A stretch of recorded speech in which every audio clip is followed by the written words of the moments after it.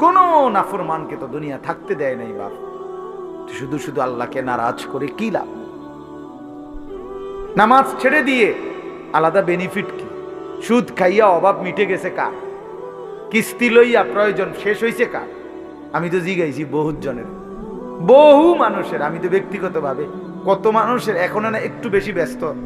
আগে তো আমি এই রাত্রে বিরাতে চা দোকানদারের লগে বইতাম, কথা কইতাম, রাতের 1টা বাজে 1:30টা বাজে মাহফিল থেকে আসার সময় কত মানুষের লগে কথা বলতাম, শুনতাম, জিগাইতাম। কই কারো তো কিস্তি চলে 4টা 6টা, অভাব তো যায় না।